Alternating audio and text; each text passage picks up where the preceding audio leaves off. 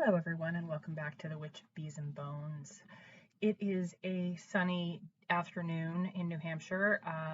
Those days seem to be far and few between these days. So the sun is out and it's actually above 40, so it feels like summer, and I'll take it.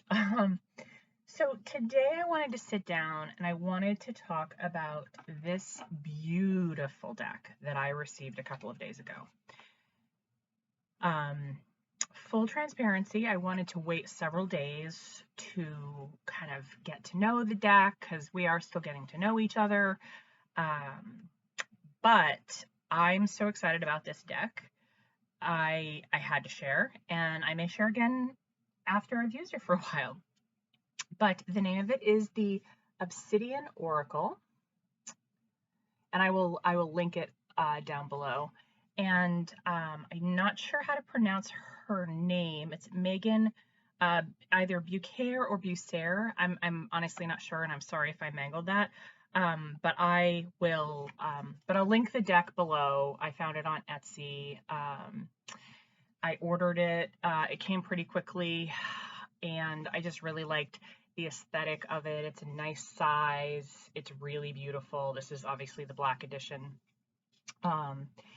One of the things I love about this is it has the magnetic closure.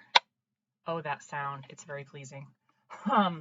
So when you open the box, comes with a little guidebook, which is very cute, and it has little explanations in here.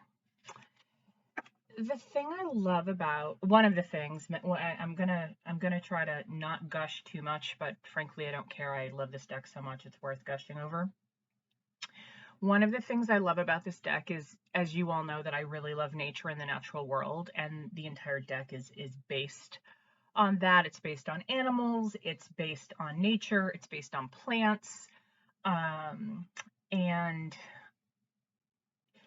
it's very simple, but it is also really, what is the word I want to use? Impactful. So I typically, when I read cards, either for myself or for a client, I do so intuitively.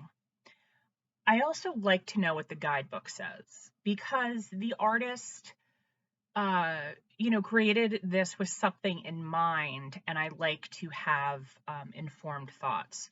So I will go through a deck and I will clear it first, and then I will, just not pull cards, but look at some cards, look at the images, look at the direction things are pointing. I will look at the subject matter. I'll look at the color, and I'll kind of, just kind of sit with it, intuition wise. And then I like to look at the guidebook and see, the similarities or the differences, or something I may have missed, or something that I added upon. So I got this deck, and it's beautiful. First of all, I think I've said that. I'm probably going to say it 47 more times. It has this beautiful, I hope it shows up, it does. It's this kind of obsidian sheen, almost like an aubergine color, which is my favorite color. And it's just really lovely. And it has this beautiful image on the back, the Ouroboros, and then it has an eye in the middle of a double Ouroboros. And then sorry, I just knocked my desk. So like woodpecker and log. And when the first time I looked at this card, I thought, oh, this is really simple. And then I kind of sat with it for a little while longer, and I thought, what is the log mean in relation to the woodpecker? So log is dead wood, and many people see that as worthless, but it's dead wood that we build houses out of, and that we build structures out of, and that we feed fires with, and that, if you're me, decorate with.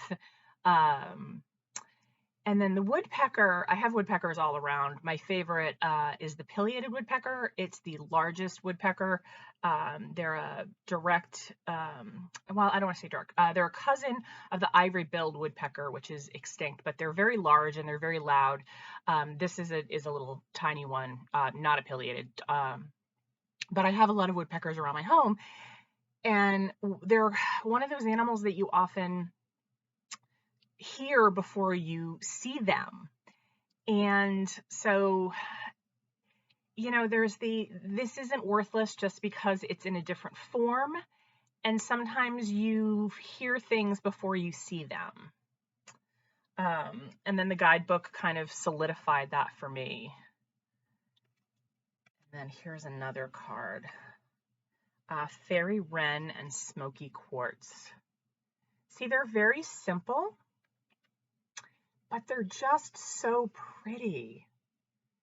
And I, of course, love the dark aesthetic on these. The obsidian ball. I mean, every witch loves a crystal ball, or at least that's what people tell us we're supposed to, Spider Lily and Jasper. So the interesting thing about this card is Jasper's one of my favorite stones. It's so grounding, and it comes in so many different colors and forms. And then this beautiful spider lily. I don't know if I mentioned this in my first video, but I own a floral design business. So I work with flowers all the time, which I'm not mad about because I really love beautiful things. And this is just an extraordinary flower. And I like that two of my favorite things are kind of in the same card. And then this one is Peacock and Blue Lace Agate. And I really like the fact that the peacock is white instead of the typical colors. And there's this card. So there's a few cards in here that are a little bit different than the others. So this one is Universe. It's got that dark galaxy look to it. Crane and Stars.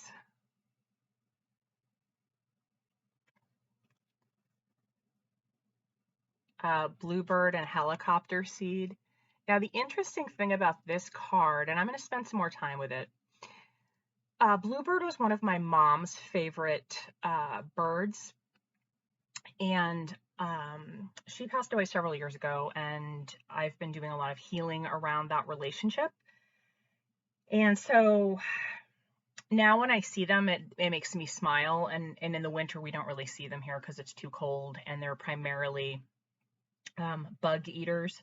So if there's not bugs, then there's not bluebirds, typically speaking. And I was cleaning in my bedroom yesterday. I got, down and dirty and got down on my belly and was like cleaning under my bed, which is a king size bed. It's huge. And so I'm like down on my belly and I'm cleaning. And then out came one of these little helicopter seeds, which are very common. We have, the trees around here. It's not, unheard of, but it's just the fact that this was one of the first cards that I pulled out of the deck, and it made me think about my mom. And then the helicopter seed was, under my bed. It was just one of those little like nod to the universe thing, which I appreciate so much. Mockingbird and Sunstone. Just really lovely. I don't need to go through the whole deck. I want everyone to have their own experience with it. Cicada and Blue Apatite. I have an affinity for cicadas.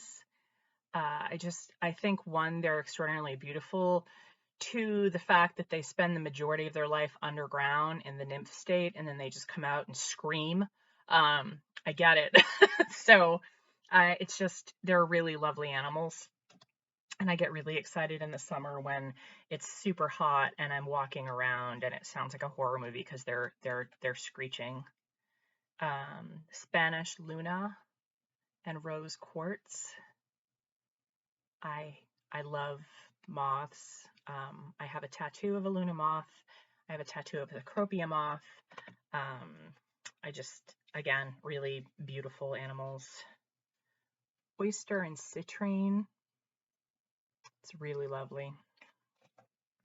So Oh, this one I have to share because I'm me. The beetle and the selenite. Um, as I'm sure most of you know, selenite is a great stone. It doesn't hold negative energy. You can use it to clear other stones. It just has this really luminous moonlight look, hence it's called selenite. And the beetle is just really lovely in this card. Everything in this card is just super lovely. Skull and moss. I mean, look at this. So if you're looking um, for a deck that is small, compact, well made, indie, uh, and you want something that's impactful but not verbose, this is a great deck for you. This is a great deck to read intuitively. The guidebook is great. It's very helpful, like I said, to give you, a jumping off point or further ideas, depending on where you are in your uh, journey of reading cards. It is well made. It's beautiful. It feels good. It's got great card stock. It's nice and thick. Sorry, put the little froggy upside down. And I think that this is a banger of a deck and really special and really beautiful. If you have a deep connection to the natural world and plants and animals, nature, bugs, amphibians, birds, whatever it is, whatever your connection is, this I think would be a really great deck. As I said, it's impactful, but it's also to the point.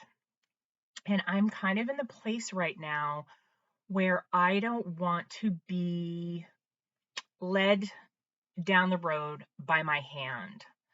I want to ask a question and I want to get an answer. And I don't want to spend a whole lot of time getting there. Not that I don't love those decks, not that I haven't used those decks, not that I won't use those decks again. But at this point in my journey, I'm really in the no nonsense, let's fucking do this. And this, it's not like super heavy or serious, but it is no nonsense. And that's one of the things I really love about you. So it's not a deck that's going to, smack you, but it is a deck that's going to be like, here it is. And just, it's not going to be in your face, but it's going to be there. And that's one of the things I really love about this deck. I also love the aesthetic of it. I love the artwork. It is It looks great on my altar. I don't actually typically, when I pull cards in the morning or a card or whatever I'm called to do, I will leave that card on my altar for the day so I can look at it periodically. But I don't typically leave decks on my altar. I clear them and then I have a home for them. But this deck I've had on one of my main altars, and I like how it looks there, and more importantly, I like how it feels there. I kind of went to put it on the shelf with the other ones, and it was like, not right now, not yet. So I honor that, and I left it exactly where it wanted to be, which was on my altar. So yeah, that's just a little bit about the Obsidian Oracle deck. As you can tell, I really love it. I keep looking over, which is probably bad YouTube etiquette. Little barn swallow. It's really a spectacular deck, and I would love to hear if any of you have it and have used it, or if you're thinking about it, or if you have any questions about it that I could help answer. I will link it down below.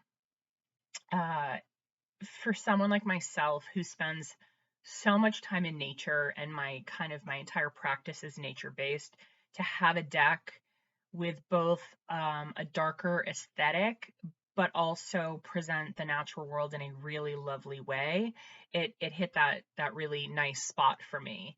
And I hope it does the same for you. As ever, thank you so much. You guys have been lovely. The comments are great. I appreciate you all so much. Feel free to like and subscribe and comment if you wish. I respond to all of the comments, and I will. Oh, I did want to say, because I'm a floral designer, the week of Valentine's Day, I'd like to get at least a video out that I may do a little bit ahead of time if I can, or if I have a few moments at night or early in the morning. But that's a really, really hectic week for me, or at least up until Valentine's Day. So if I don't put anything out until towards the end of that week, please forgive me, but I've got to run my business, and it's super hectic, and I need to take care of myself. So with that said, I hope you're all well. Please find something beautiful today, and I will see you very soon. Thanks so much.